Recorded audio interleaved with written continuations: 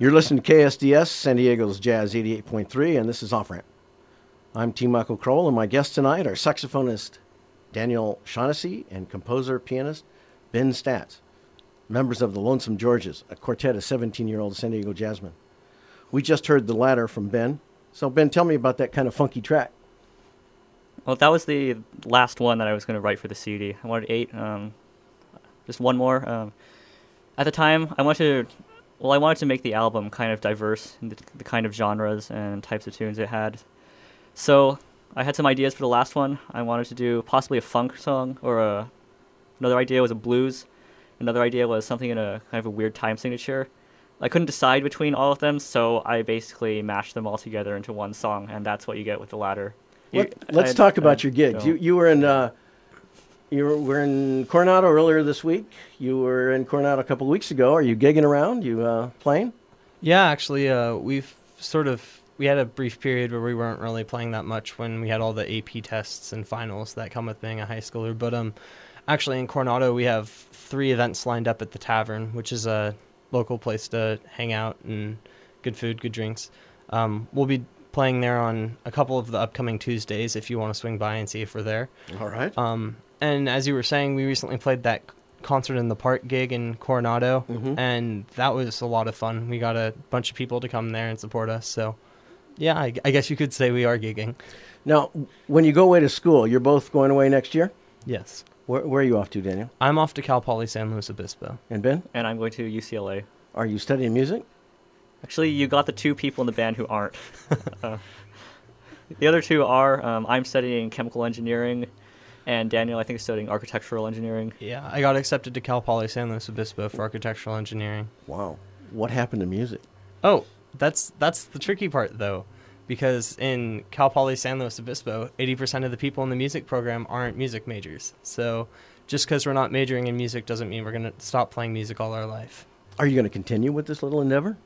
Well, hopefully, I think, if possible. It might be kind of hard because, I know me and Nick are both going to UCLA. We'll still be able to play together if we wanted to. Ben Levinson's, he's going to Cal Arts, which is pretty close. But he's going to be the problem here, kind of. I'm the problem player, which is never the case with saxophonists. No, not at all. Both of you, all 4 of you in the band went through jazz camp. Now, jazz camp starts on the 24th of June up at UCSD, and that's quite a program. You both have gone through that, right? Yes. Twice. Yeah. Tell me about it. 3 times. All right. They've only had 10 of them. This is the 10th anniversary, so actually 9 before this. So tell me about your experience up at jazz camp. Did you learn anything? What was it about? I think the best part for me actually was just playing with different people. Just the experience with all the professionals that were there. They're really quite inspiring players. I think it's like exposed me to some different ideas, different styles. To put it bluntly, in the 3 weeks that I was in jazz camp, I learned more than in the 6 years that I wasn't.